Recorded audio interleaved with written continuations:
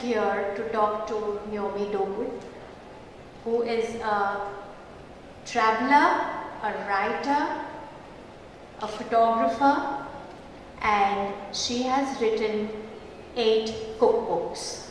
So you have this, you can see these voluminous tomes on the table, right? These are her cookbooks. This was second in line selections of rice, which she co-authored with her ex-husband Jeffrey Alford, and this is her latest book, which was just released in the fall this year. Yes? So we are going, so when she said that let's take a book from what she's done much before and the most recent book, so that we can bring it all together and see how she found her voice. But now she's a very established voice, okay, to reckon with as far as the culinary experience is concerned. She has won many awards, and I will request Naomi to introduce herself further. Yes? Hi everybody, it's the end of the day and it's really brave of you to still have the stamina to come out. So I'm very happy to be here. I was here last year and couldn't stay away this year because it's so much fun and so stimulating. I like not knowing, and that's, I think, what drives me generally, is I like being in a situation where I don't know and where then I can be curious about the things I don't know, and discover how much more I don't know. And that's the case whenever I'm in India. But really the case sort of almost every day. I like to try and not know what's around the next corner and to not plan very much. And that's how I go about the books. So this latest book, called Taste of Persia, is about what I call the Persian culinary region. Persia is a word that resonates with really all of us, and Persian can mean many things, can be attached as an adjective to many things. But most recently, it's the word for what's most recently been kind of, certainly in North America and in the West, a kind of no-fly zone imaginatively. Iran kind of has disappeared from everybody's empathetic spectrum and has become just headlines and a series of negatives, a kind of black hole. And that's just so destructive in every way. And so I like to look at the world through the lens of food, because I think it's perhaps the lazy person's way of looking at the world, because we all eat every day, and if we're not eating, we're thinking about food. Certainly if we don't have it, we're thinking about it. If we do have it, we do sometimes think about it. And so it's an access point wherever you are. It's an access point in terms of conversation, in terms of observation, looking at markets, seeing what grows, what's the climate, what grows, what do people do with it. And you can't really take anything for granted except for the fact that food is important. In other words, you can't know in a culture that you don't know about. You can't know what people do and don't eat. I mean, this is something that is self-evident to anybody from India, because you can't know until you know your neighbors and who they really are. You don't know what they eat and don't eat. But in many parts of the world where there aren't declared taboos around particular foods, people tend not to realize that other people have taboos. I'm not being very clear, but so we can assume, well, of course, everyone uses, I don't know, salt and pepper, or of course, fish. Unless you're a vegetarian, everybody would eat fish. And that's one of the things that struck me when I was in Tibet, and there's not very much food really in Tibet. I mean, traditionally. So there's barley and there's herds people. And you think then there's rivers and lakes, and some of them are not salty. There's fish in those rivers and lakes. And you think, well, of course, Tibetans having very little available. Of course they eat fish. Well, no, they actually, traditionally don't eat fish. Fish are kind of like snakes. They're not something you'd eat. And, you know, it's those kinds of things that I think it's really important when you go somewhere, whether it's about food or anything else, to not make any assumptions and to know that, to tread lightly. So that's how I start out. It's really an indulgence to go somewhere with curiosity and use food as my lens. So in this book, I talk about Iran, and not that I am an expert.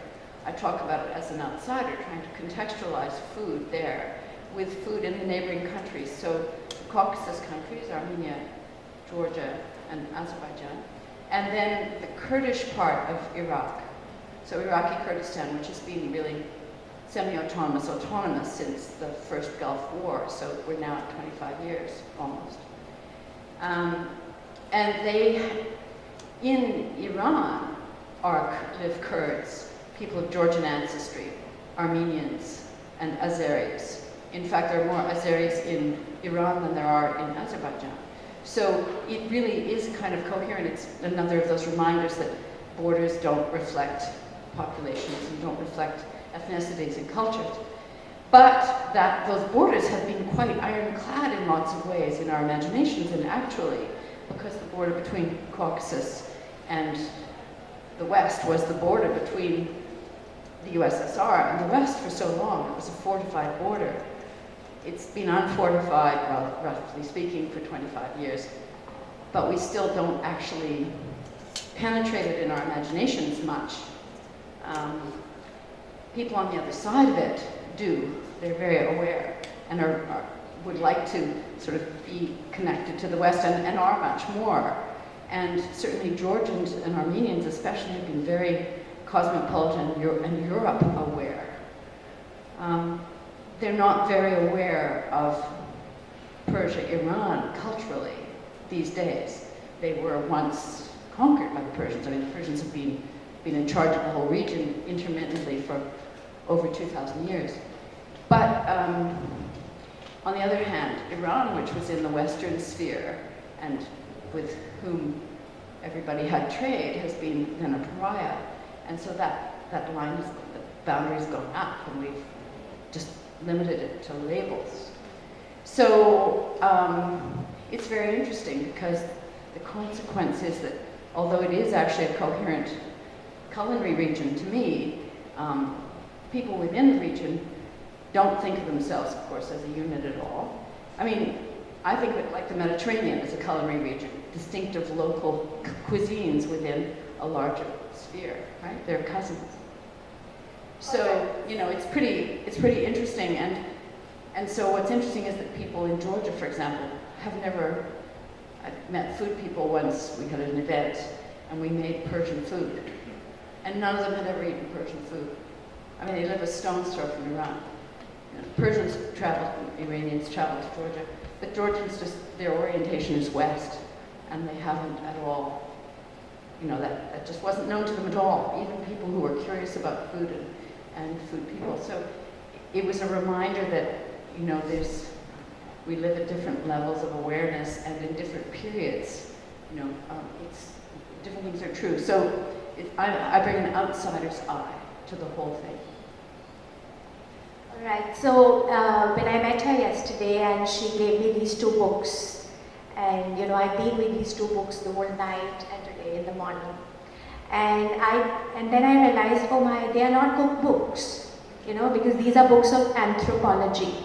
And she becomes a culinary anthropologist, where she's been to these very remote areas, connected with those people, the tribals, okay, people just shepherds, cooks, people on the street. She sat in these little shops in India, and I could identify, because Indian is a scene which I can identify. So she sat in this shop in Kerala which sells rice and different varieties of rice, and she's sitting in this corner, and the customers coming in and going, and she's just listening to those people talk, what they argue, haggle, then how the person picks up the rice, and you know, how they sift and they examine it, and then, oh yeah, okay, so do I want this? Oh no, I wanted a different variety. So she's observed all this, and she's brought all that into the book.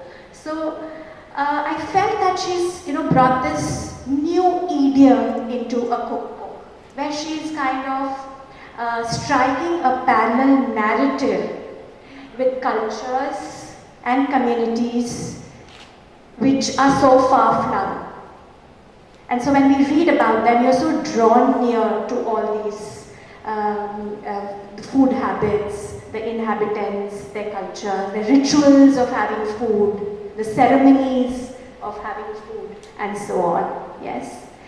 And so I'd like to ask you, Naomi, is that you went to, with this book, the second book, right, you traveled in the same areas and many more, because here you were researching for rice.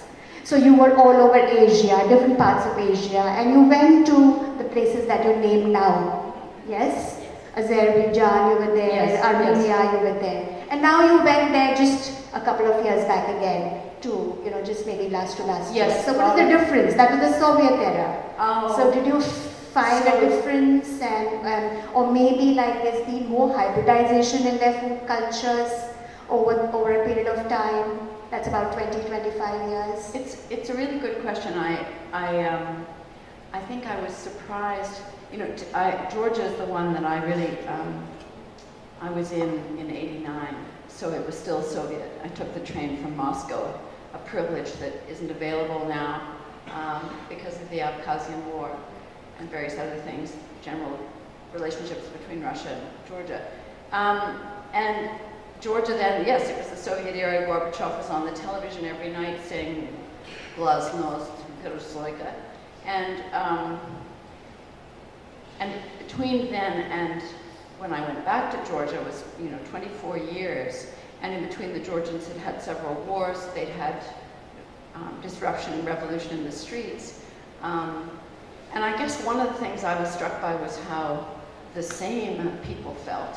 In some ways, I mean, to me, the street felt. But what was different, well, first in terms of how people conducted themselves, in '89, it reminded me of France before '68. The women were very correctly dressed, and they might only have one pair of stockings, but they were wearing them, and it was very European in its, what would I say? Yeah, demeanor. There was a certain correctness and decorum. And now it's much freer. The young people are wearing, more free in their dress. Everybody's freer. And in terms of the food, there's a lost generation because with the fall of the Soviet Union, the Georgian economy had this great blow. So a lot of people lost their jobs. They lost their pensions.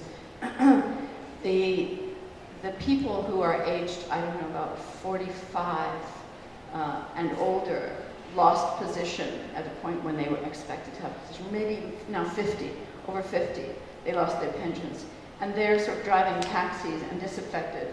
And a lot of them have turned to religion and become overly Christian and, excuse me, anybody, and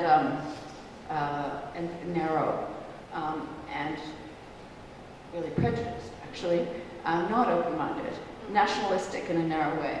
But the younger people are out working and trying to make a new world for themselves in this new country that they have. And the women don't have time to cook because they're working. And they're working at fragile jobs, and they're not always sure they're going to get paid at the end of the month.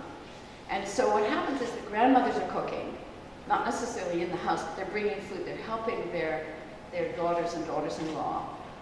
The men are still not cooking, that I could see. If some are, Helen Carver here, he'd talk about that. And so in that sense, things are changing because people are sort of taking shortcuts, and you still have feasts in Georgia, but yeah, the day is unrolling in a different way now. But still, in the markets, people are eating locally grown food mostly, but there's more being imported from Turkey. And so there's seasonality. When in Georgia you have winter, you have 4 seasons, very clearly defined, and so people put up fruit and everything in the winter, and they preserve things for the winter.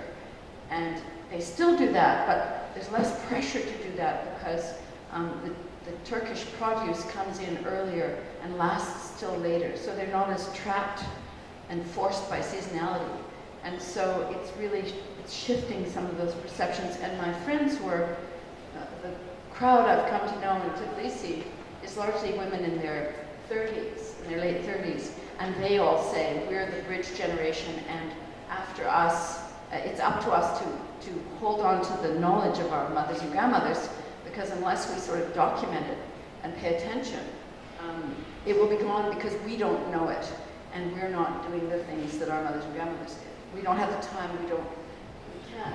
But we respect it, so it's interesting. And that's a city versus country thing too, of course. In the country, things haven't changed as much. But in your one of your passages, when you're talking about being with the local people, there you bring out Azhar Nafisi's book, Reading Lolita and Tehran, right? So that kind of depicts how women are taking a stand to a certain extent, like you spoke about their sartorial sense, and it has undergone a change. In Iran, for sure, So, it's quite different. And maybe the place that's the most conservative, what would I say, domestically, in a way, because it's been the least exposed to the outside world, or it's most recent in its exposure to the outside world, is Kurdistan in Iraq. And so perhaps I should read that passage, the story about Kurdistan, because it will give a sense of... in Kurdistan, Yes, it's called, called Kurdish Welcome. Yeah. It's short. They're all short. These are just sort of glimpses from the road. Hoshida, who lives in the town of Halabja in the hills of southern Kurdistan, swept me up into her daily routine as if I were one of her grown children come for a visit. She taught me words in Kurdish as I did kitchen chores alongside her, and she showed me how to make Kurdish rice and other dishes. I don't know what she thought of me, this visitor from Canada, a friend of her journalist son, busily asking endless questions, taking notes and photographs. Like the rest of her family, she was very tolerant, and I think she found me entertaining. I, in turn, was struck by her calm dignity, her grace, her generous welcome.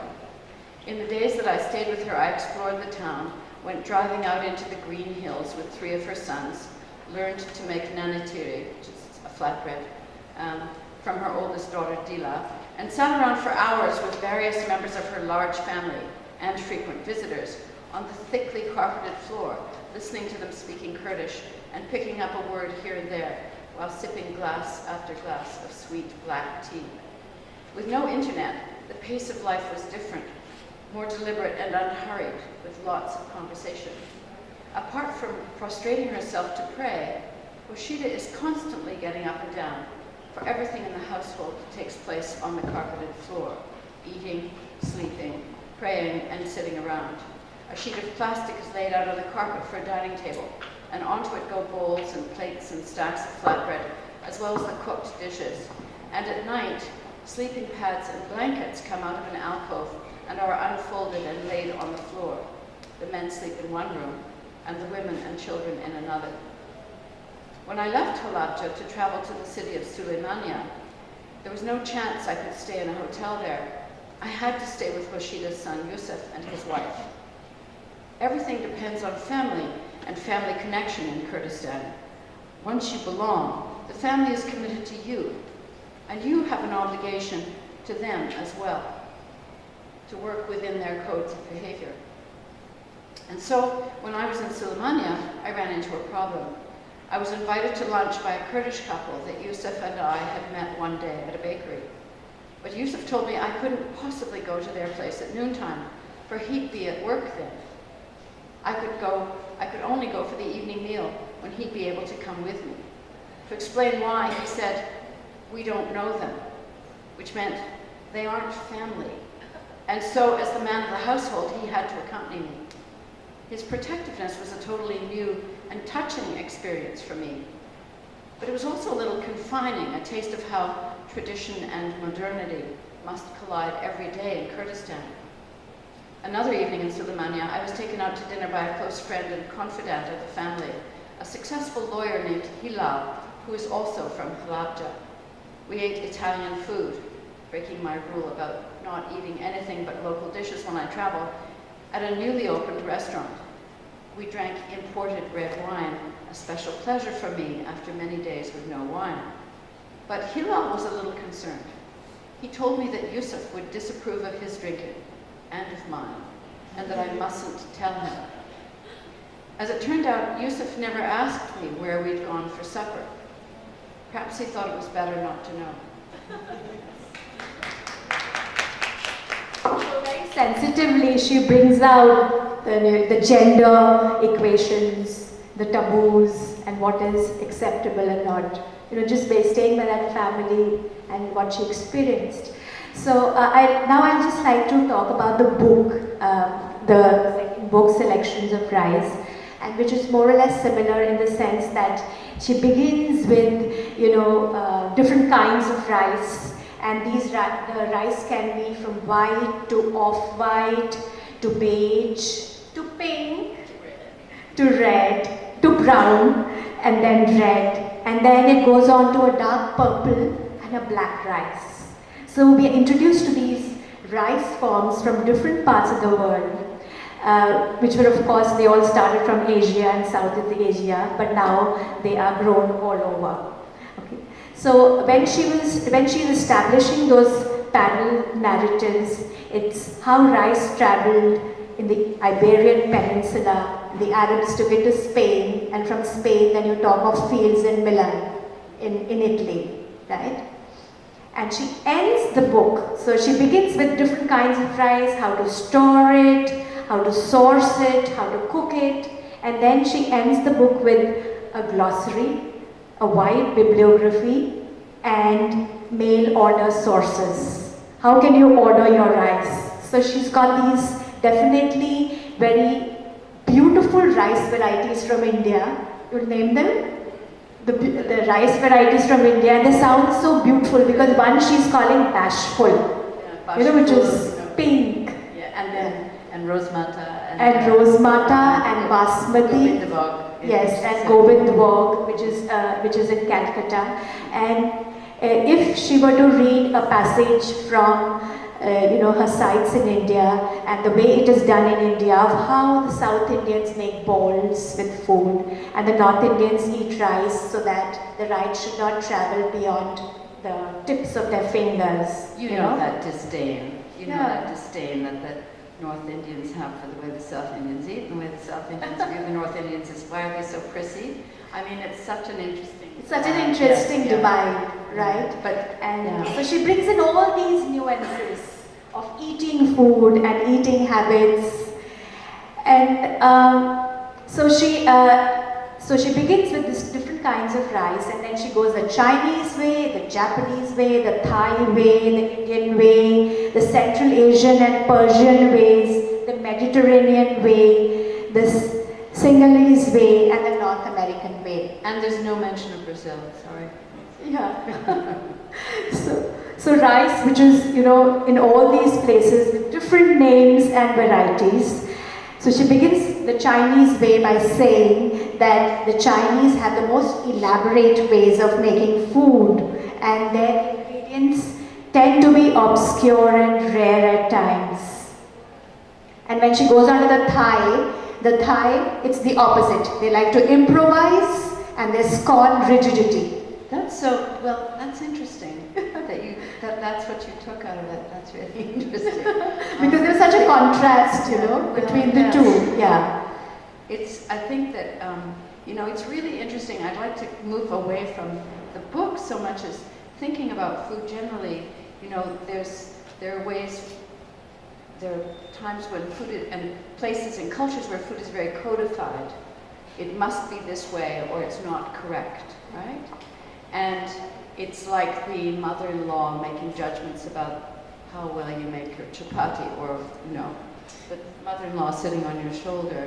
And then there's also ways with food that are free, that are more improvised, and what can you manage to make with the little that you have, for example. And I think, or what you find on the shelf or in the refrigerator. And I think it's very interesting because I wonder whether we're just, there's a way in which people these days, certainly in North America, are very anxious cooks. So they tend to not cook unless they can be sure to get it exactly right. But their notion of getting it right is almost a commercial notion. It's from restaurants, and it's given them a fearfulness. And it's one of the things that I want to push back on when the Persia book is about trying to get people to empathize and connect with people in other places. But it's also true that in a general way, and the rice book is an example of that, I want always people to feel at ease, to not feel that, to not be afraid, and to take possession. We need to know how to feed ourselves. We need to have respect for the farmer, but we also need to have respect for food. We need to know what to do with it. And if we're worried, if we're treating food as a product, as a thing that has to have, I don't know, straight line edges of the perfect cake that's this high, or I don't know what, it takes the pleasure out of cooking, I think, because you're anxious, and it actually diminishes the food. I mean, the food is making food is a creative activity. And if it's just about coloring inside the lines and getting it right, then it's a source of anxiety. And food needs to be not that. And I don't know how we move away from that. It seems to be a sort of and then that leads people to waste food as well. It's not perfect, I'm going to throw it away. So this is really an abuse of everything, you know. And so that's something that I'm always wanting to push back against. And I'm not sure if that's something that's in your experience, sitting listening, but I think it's something that I'm very aware of, certainly in North America, particularly. Do you think that's happening here? Yes, Is that happening here? Are people all the time. Like how Faisal Devji yesterday during the discussion in the auditorium, Yeah. Yesterday evening, he said, when he's talking about the divide in India and so on, he said, we're all right, you know, we can still compromise with language, but food becomes an issue, you know, because each one, they just stick to their food and it has to be a particular way. And I'd like you to read this, Naomi, looking for the perfect Persian rice. It just fits in with the dialogue that we're having right now. Ah, but you see, I can't read this one. No? Because I didn't write it. I co-authored this with my ex. Oh, all right. And this is a piece of his, and it's very nice, but it's not But it's mine. all right. You know, you would like to? Okay. I know. You know, Fine. there's just there's some no-fly zones, don't you think? All right. I know that's just the way it is. Okay. All right. So we can carry on. And what about? Sorry. No, that's all right. That's your, you know, that's your option. But you decide to do. I'd like to ask people what your sense is. I mean, here we are. I mean, we're far south in India, but really, if I say Persian, it does have such a meaning, not just because of the Parsis, but because of the long historical connection, intermittent and long historical connection with Iran, with the Persian region. And what does Persia mean to you? What does that say to you? If I say the word Persia, what resonates, or what happens to you? You think of carpets, yes? Intricate designs. And intricate designs. So a fineness, you'd say. Yeah. A fineness, yeah, and refinedness, right? And miniatures. You know, And miniatures, which of course painting. came here because Sure. really there was such an influence Yeah. on art here as well. Yeah, miniature Persian miniatures, Yeah. because it's interesting the images we have when we say certain words that are old. What does that communicate? And then there's some places that don't resonate at all for people. When I say Azerbaijan in North America, there's kind of a blank look comes over people's faces unless they're in the oil industry, because there's oil off in the Caspian Sea off Baku, but really for most people Azerbaijan is not a known place. And Georgia, of course, say no, not that Georgia in the States, no, not Jimmy Carter's Georgia, you know, Georgia country. And again, there's a blank except amongst some food people who've started to take to Georgian wine and start to pay attention. But as a place with people and how they live and how do they look and who are they, it doesn't exist in people's imaginations. And Armenia exists in some people's imaginations because of the genocide, but as a place with people in it now and what they do and you know what their habits of thought are what their religion is even, it's really a blank for most people. And that was part of why I wanted to connect those places and sort of, through food, give them some tangible existence that people could start from to imagine further, you know. Anyway, that's the, you know, food is such an interesting start point. Would you bring out, like, since you're talking about this, about the people in Uzbekistan, and then you go to China, and you found a similarity, the Uyghurs? Oh, the Uyghurs, yes. So why don't you talk about that? Yes. That's very interesting, yeah. Well, you know, I'm not a specialist in Central Asian history, nor in Stalinist, I mean the history of Stalin's time. But, you know, those Turkic peoples in Central Asia, the Uyghurs on the Chinese side of the border, put it that way, and the Uzbeks and the Kyrgyz on the other side of the border, and they seem to share a very close language, especially the Uyghurs and the Uzbeks. And I don't know if they agree. You know, I don't know where the Uzbeks come from. I just know that it's extraordinary, the similarity on two sides of the border, and of course the Uyghurs. I don't know if you know this, but the Uyghurs in Western China in Xinjiang they were very important on the Silk Road, the trade route. They lived in the oases.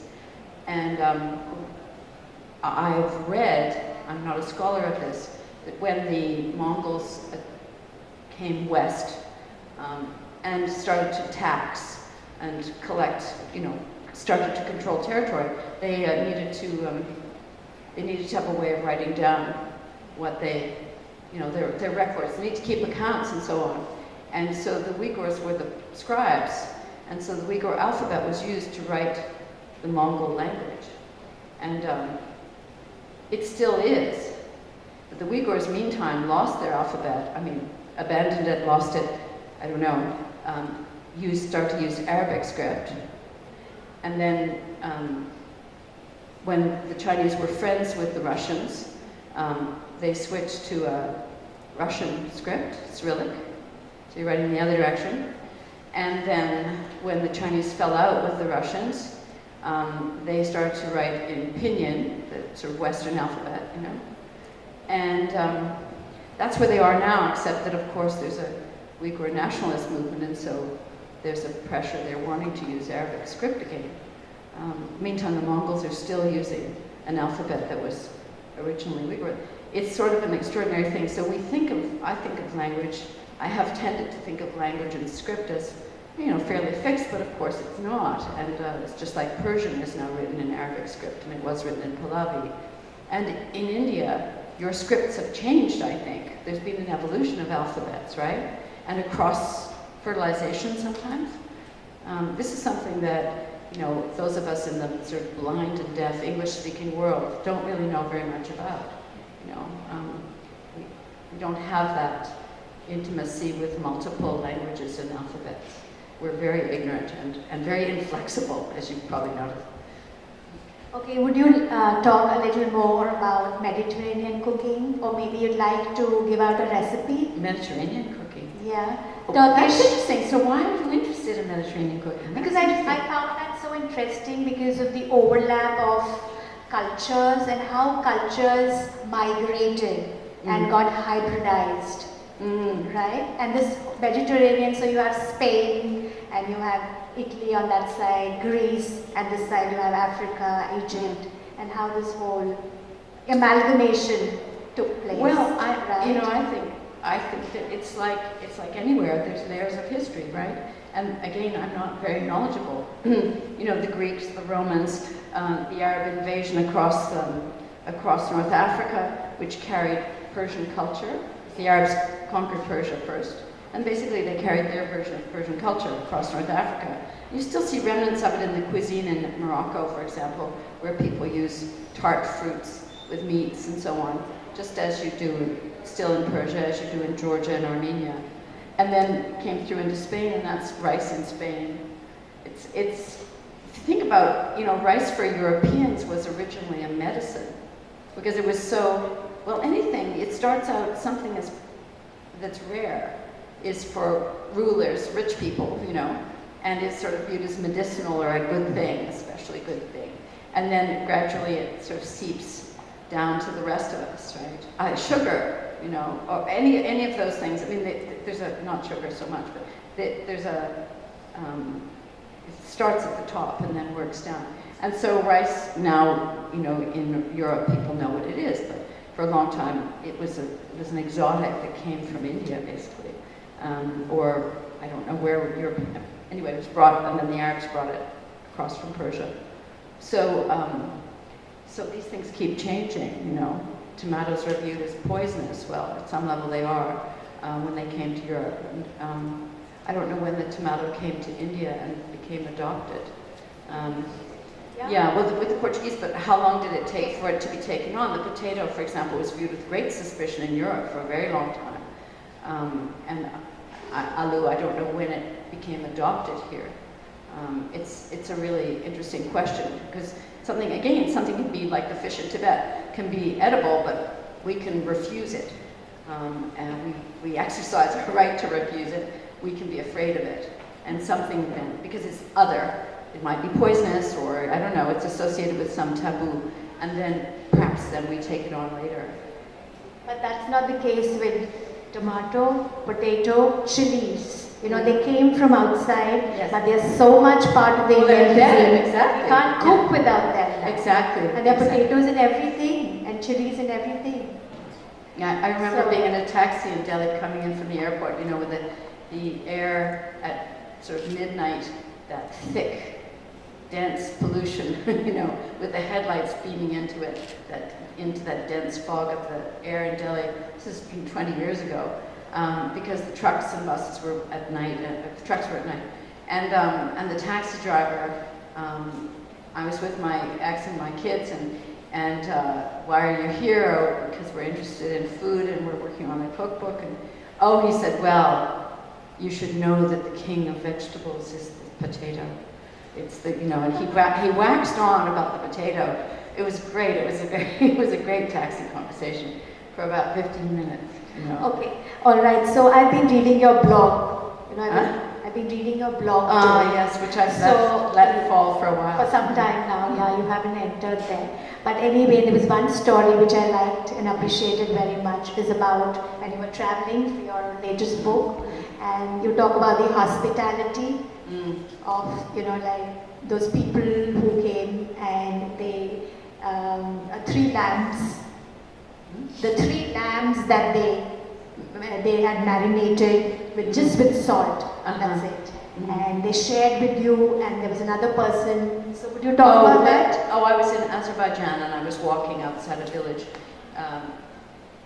called Lahij. It's an interesting village because the local language, which they call Lahiji, is actually a remnant of the Persian that was spoken in Azerbaijan before Turkic language took over.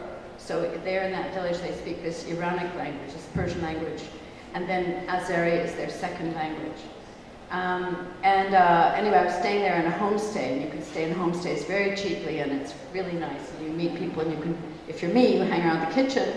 But I did get out, and I was walking up behind the village and ran into some, came across an apple orchard full of apple trees. I mean, you know, 200, 300 apple trees. And they were all different. I mean, not all, but they were all sorts of different. The apples were yellow, and there were some that were red and purple, and so I would sort of take an apple and think, oh, I'll find the best one. Well, nonsense, you know, after the 4th one, my tongue was sore with the acid of the apples, and I kept thinking, I'll remember the one in this pocket, I like it better than the one in this pocket. It was really stupid. Anyway, so and then as I was sort of wandering around, I heard this car, and these guys turned up in this old Lada car. 3 older guys from the village. Well, one was visiting, and then the other 2 were showing him around. And they invited me in Russian, they said to me, and I have very little Russian, but they were basically inviting me to share tutovka with them, which is tut is the word for mulberry, so it's a mulberry hooch. It's mulberry vodka, basically. And I thought, well, you know, 11 in the morning and 3 guys, and I don't know. And so I said, sort of, no, thank you. And they said, no, but we're making shashlik, we're going to, and I heard the word shashlik, and I thought, okay, it's food too, fine. Yes, please, So made the fire, and out came the lamb on the skewers, and we cooked it over the fire. The one guy basically was in charge, and they brought bottles of cherry juice. So you drink sour cherry juice. If you drink some vodka, then you chase it with cherry juice. It's a fabulous way to drink. Anyway, and then there'd been a horseman when I'd been in the orchard come by, and he had these 2 boxes, like panniers, but they were wooden boxes on his horse. And he waved. We said salam alaikum to each other, and off he went. And then he came wandering down the hill. He must have smelled the meat grilling. And I don't think it was chance that he came down the hill. And of course they waved him in. So they shared, and they brought enough food for themselves. But of course they included me because I was there, and then they included him because he was there, and that's how it is. And it's really interesting to me to think about the Caucasus, where there's been war and difficulty and disruption and conquest. That people are this wasn't the only time this kind of thing happened, that there's a preparedness to just include the stranger. It's a really extraordinary thing, and something that stays with me because so often in many places, certainly in North America, people tend to close ranks and perhaps view the stranger with suspicion. But the person strolling by, you say, come join us. Come join us. No, yes, no, do come join us. Really, we mean it. This happens in Thailand as well when people are sitting drinking, and here as well. But it was really a rather special thing, and just something to think about. Food is a medium for many kinds of exchange. A similar experience in India? Similar experience in India, to think about it. It's happened, but I can't summon it up. No, I think up here is very open. Gita? Oh yes, well, yes. Yes, there's a nice story in the book about it. But Gita is a person who was cooking in Calcutta, in a place we were staying. Yes, and she had my kid, who was 3, not quite 4 at the time. Okay, a bit coordinated, but not that coordinated. And we came back, and she had him in the kitchen, and he was cooking luchis. He was on a stool. The hot oil was there in the karai. You're laughing. It's true. And she was shaping them, and then he was dropping them into the oil, and then just carefully pressing the luchis till they puffed up. It was pretty wild. No, that she was prepared to take it on, and he sure was. But no, just an openness about food. I think it's a really special thing. Does anybody have any thoughts that you want to say? Because we're up here talking, but it's the end of the day. To wake yourselves up, do you want a question or a comment? Tell me about rice in Brazil. We eat a lot of rice. You eat a lot of rice, yeah. Yeah, rice and beans are Feijoada. staple. Yeah. I think if you want to share food. So, when you were talking about people sharing food, if you travel on an Indian train, Yes.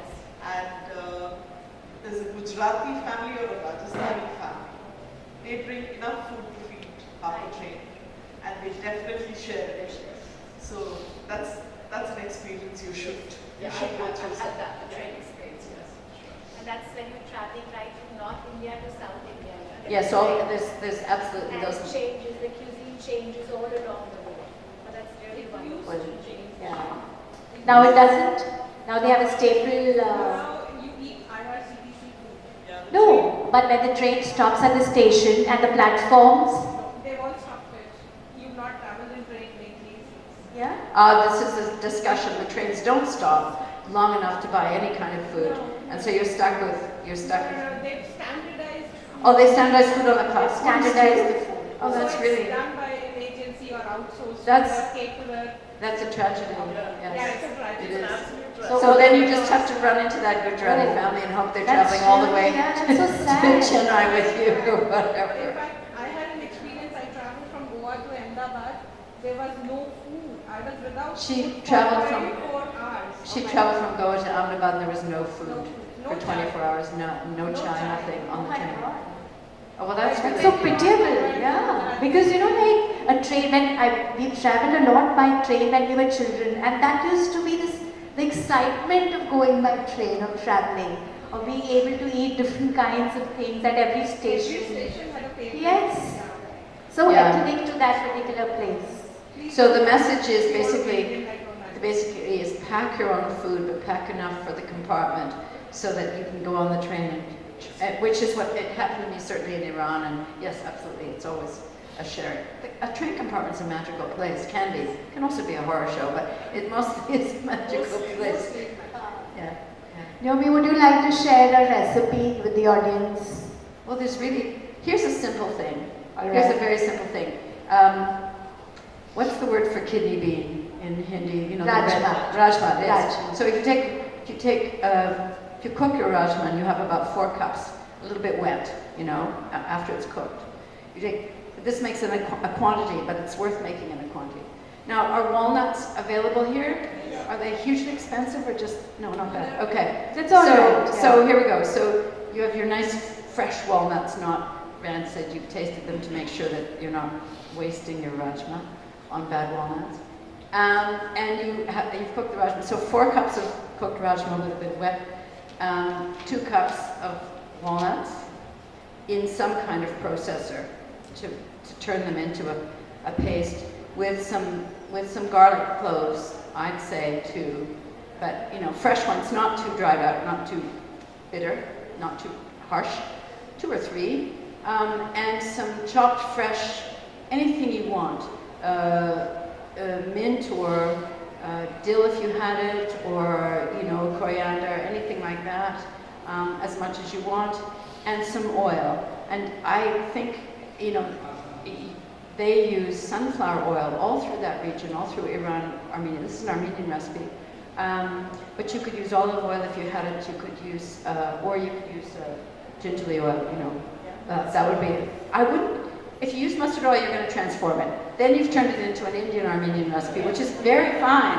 A Nepali, Bengali recipe. So yes, you. But otherwise, I would say more of a neutral oil that gives it some rich. You've got walnuts for richness, but it smooths it up. And it's good with rajma to smooth it out. It's a little can be dry. And then you've got a pate, and it's vegetarian, of course. It's also vegan for people who are like that. And it's better the next day.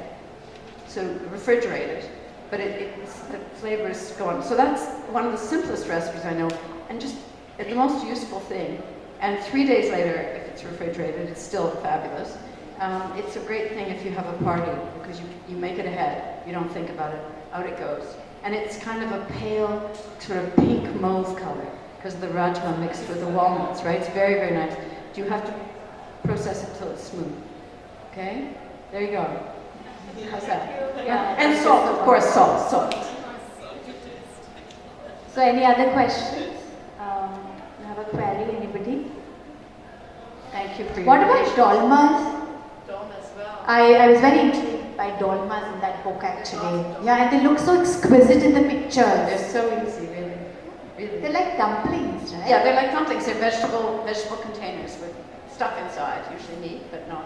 The vegetarian ones, Armenian vegetarian ones, cabbage rolls are unbelievably delicious. Dried fruit and cooked beans together in a cabbage roll. Unbelievable. I like the brinjal one, with that The little brinjal, oh yes. Well, the purple brinjal, and mauve. of course. So there's just this thin layer of brinjal. You kind of slice it very fine, like a transparent slice. And then it's so versatile. So you can just wrap it. It's a walnut wrap, put a walnut and you in. stuff vegetables in it. And in the picture, it looks so exquisite. And I'm sure That's Georgia. yeah, that's how it comes out anyway. And then she's done one with cabbage. There's another picture with cabbage. So dolmas, That leads me to another question. Here's a question. Okay, yeah, there's a question. I can. That is just frustrating for few- people. It's better just to- few of us. No, I know, but still good. Okay, so in the in the food blogging, we see these like lovely pictures of food, most of which is not edible, Yes. right? Which is food made for styling or photography and not ready for eating. So, what's your thought on that? the garnishing is so spectacular. No, they put But, anything to but, make it look well, I don't know how it works here, but most of the, I don't know very many food bloggers, and I don't read food blogs, but the ones I do know, actually it is edible and it is real. And it absolutely, and for example, the pictures in here, you know, I was actually there. Somebody else was doing the work. I was just being consulted for the pictures. But it's all edible. And it's actually a better picture if you make the thing that you intend to eat. You salt it, you do everything. Because the only thing is something like ice cream, I think people have to fake because of melting lights. But now with digital, they don't even have to worry about that. It's much better because there's something about when it's real and you've made it intentionally for people to eat. You know, people eat at a photo shoot, you eat the props at lunch, and then you go back and make some more, and then you take the props home for supper. So you're making it to eat. It somehow is, it makes a better photograph too, because it's a real thing. It's made with intention. You know. That's how it should be. No, but it really, that's how it is these days, as much as I know. But I don't know every food blogger, but the ones I do know, they're taking shots as they're going for food, because they can't afford to waste food, actually. Nobody's making enough money to make fake things that aren't edible, because then what do they do with it, you know? No, to the edible food they add. Okay, sure. Okay. So thank you very much. Thank you. I think we could have brought Angelica Freitas' poem about the teeth, chomp chomp, and chomp chomp, and eat all kinds of food. That's how you end with. No, we have to eat and eat up the Chinese way, the Thai way, and the Mediterranean way. Thank you, Naomi.